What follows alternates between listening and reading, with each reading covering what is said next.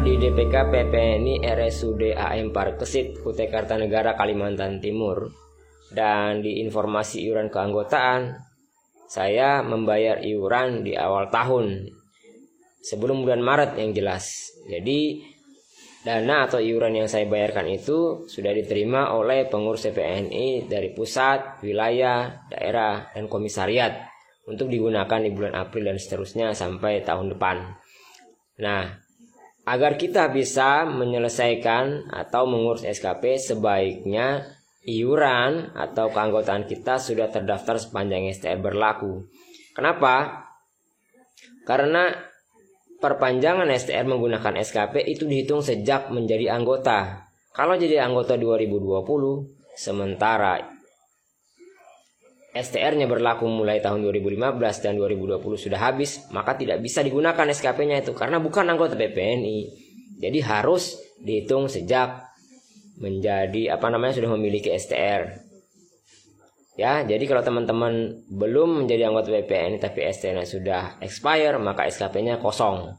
Dimulai dari terdaftar sebagai anggota PPNI, itu harus difahami.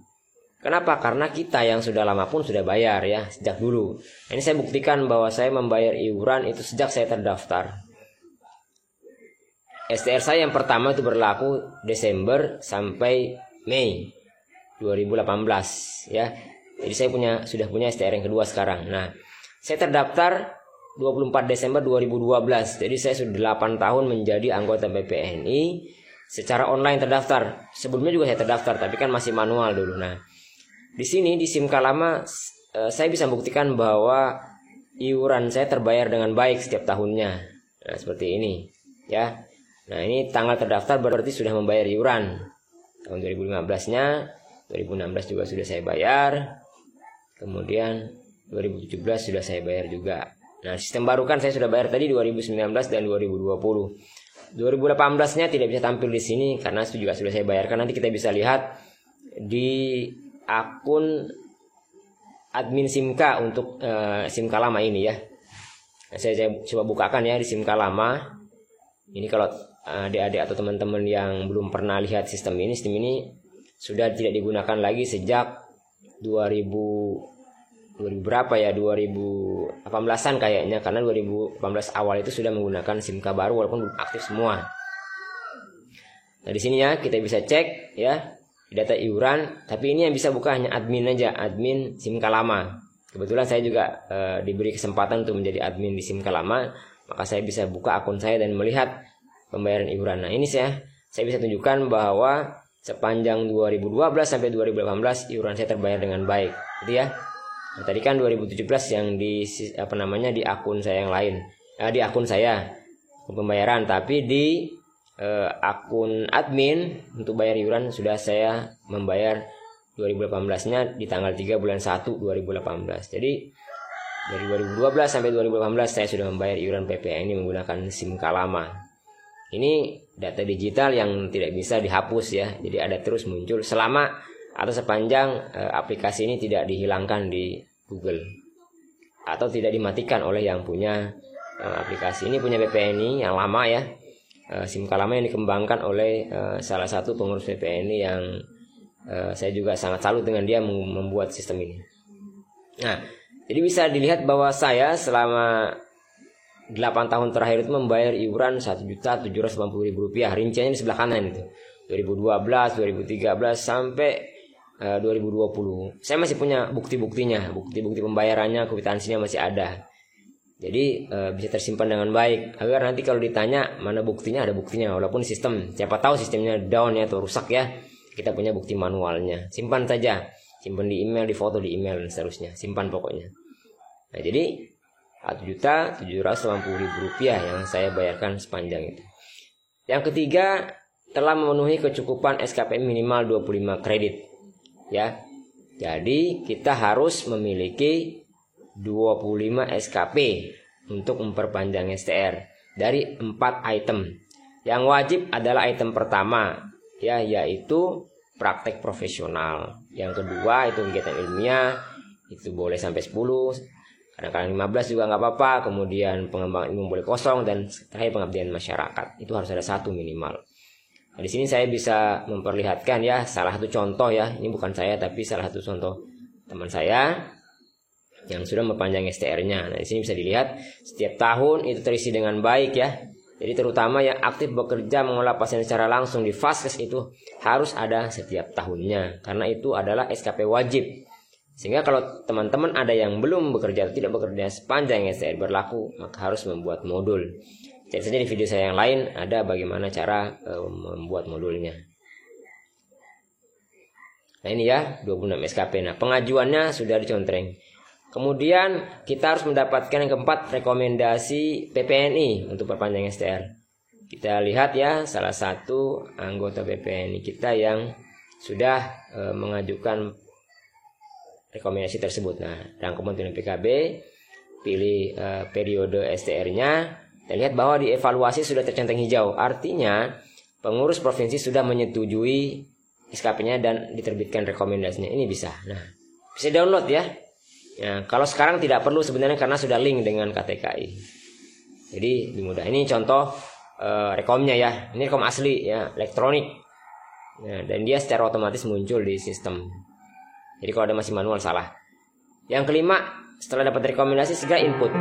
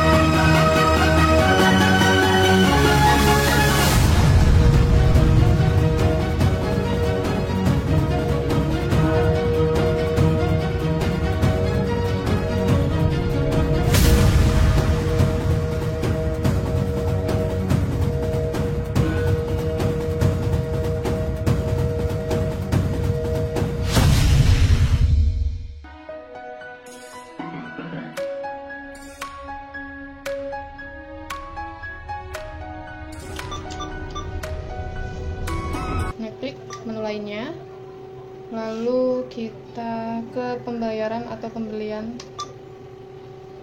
cari yang pembayaran atau pembelian lain,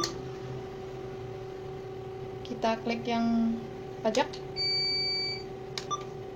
Nah, kita klik yang MPN Gen 2, lalu masukkan kode billingnya ke sini. Udah masukin kode billingnya, lalu lanjut aja, klik benar. Nah, nanti tertera di sini ada namanya, kodenya, dan jumlahnya ya. Lanjut aja, tekan ya. Nah, langsung dari tabungan. Ini cara pembayaran STR melalui kode billing. Kita masuk ke menu lainnya, masuk ke pembayaran, masuk ke cari pajak. Mana pajak? Ini. Itu pajak ujung kiri bawah, MPNG 2. Masukkan kode billingnya.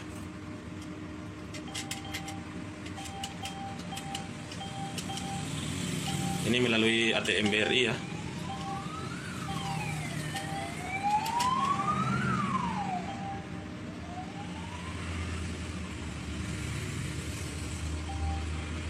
Tabungan.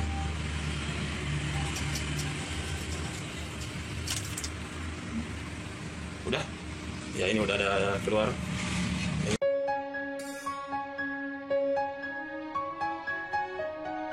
Akses website ktki.kemkes.go.id dan klik saja aplikasi STR Online Fair 2.0 yang ada gambar kartunnya perawat. Kemudian klik kotak di sebelah kiri bawah dan tutup. Masukkan email, PIN, dan kode captcha.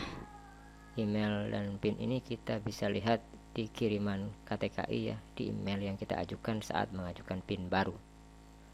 Klik tombol masuk, tunggu beberapa saat. Nah, berhasil login. Kemudian kita bisa lakukan cek status terlebih dahulu untuk memastikan sudah di tahap berapa STR kita ini, atau sudah sampai sejauh mana proses perpanjangan STR online kita. Nah, ini sudah masuk di tahap kelima atau langkah kelima. Permohonan Anda sudah dicetak dan menunggu pengiriman. Apabila sudah masuk langkah kelima atau tahap kelima ini, kita bisa meminta soft filenya. Pertama-tama yang kita lakukan adalah mendownload dulu kartu registrasi kepemilikan STR ya, cetak kartu registrasi, download. Setelah di-download, kita kemudian bisa membuka hasil downloadannya ya, untuk melihat nomor STR kita. Jadi di langkah kelima itu kita sudah bisa melihat nomor STR kita seperti ini ya, kartu registrasi STR. Nah, ini kalau kita scan yang barcode-nya itu ya. Nah, itu ada barcode aplikasi barcode apa saja terserah, nanti akan muncul data-data pemilik STR-nya. Ini tidak memungkinkan dipalsukan oleh pihak-pihak yang tidak bertanggung jawab. Lalu bukalah email kita untuk mengajukan permintaan soft file STR ke KTKI. Alamat email yang dituju untuk meminta soft file ya, pastikan benar. Jadi sekali lagi, soft file STR itu sudah kita bisa ajukan apabila sudah di langkah kelima dan kartu registrasi STR kita sudah bisa muncul atau bisa download. Kirim ke PDF str2@gmail.com. Kemudian untuk subjeknya atau judulnya bisa cantumkan apa saja, yang penting bunyinya adalah permohonan soft file STR ya, karena kita mau minta soft file STR kita dikirimkan terlebih dahulu. Apakah kalau kita minta soft file STR ini dikirimkan juga yang aslinya? Ya, pasti dikirimkan juga sesuai dengan standarnya, sesuai dengan aturannya. Kalau kita ingin mempercepatnya, kita bisa ajukan seperti ini. Tulis nama ya, kemudian nomor KTP, nomor STR. Nomor STR tadi ya sudah bisa dilihat di kartu registrasi. Itulah nomor STR kita. Profesi dan email. Pastikan email yang kita tulis di sini adalah email yang kita gunakan untuk menginput data STR. Jadi jangan menggunakan email yang lain, agar nanti STR soft filenya terkirim ke email yang kita cantumkan di permohonan soft file STR-nya. Kemudian ditulis kalimat-kalimat seperti ini ya. Boleh sembarang saja, ini hanya sekedar konsep saja, boleh digunakan, boleh juga tidak ya. Tetapi prinsipnya adalah isi kalimatnya atau isi statementnya itu meminta agar diterbitkan soft file STR sebelum terkirim STR yang aslinya. Untuk hal ini teman-teman harus cukup bersabar ya. Biasanya kalau karyawan KTKI-nya sedang online ya, di jam-jam kerja akan cepat terkirim permohonan kita apabila kita bisa membuktikan dengan benar STR kita sudah memang ada atau muncul di tahap kelima di kartu registrasi ya. Nah, di sini saya menuliskan mohon bantuan. Saat ini status permohonan pengajuan STR saya sudah berada pada tahap kelima, dalam kurung telah dicetak dan menunggu pengiriman. Yang tadi ya, yang sudah kita buka di cek status.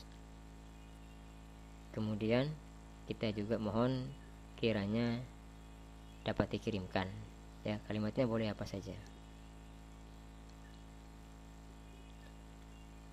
Sekali lagi teman-teman ya, dalam mencantumkan data itu pastikan nama, nomor KTP, nomor STR, profesi, dan email kita tercantum dengan benar sesuai data-data yang kita inputkan di dalam pengajuan STR sebelumnya, agar nanti soft file yang kita inginkan itu terkirim dengan benar ke email kita, email pemohon atau pemilik STR-nya.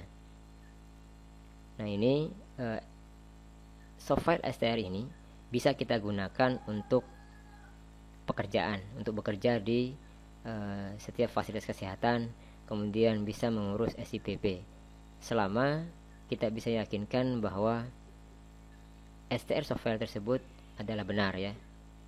Karena pada saat dikirim itu saya yakin sih belum ada legalisirnya.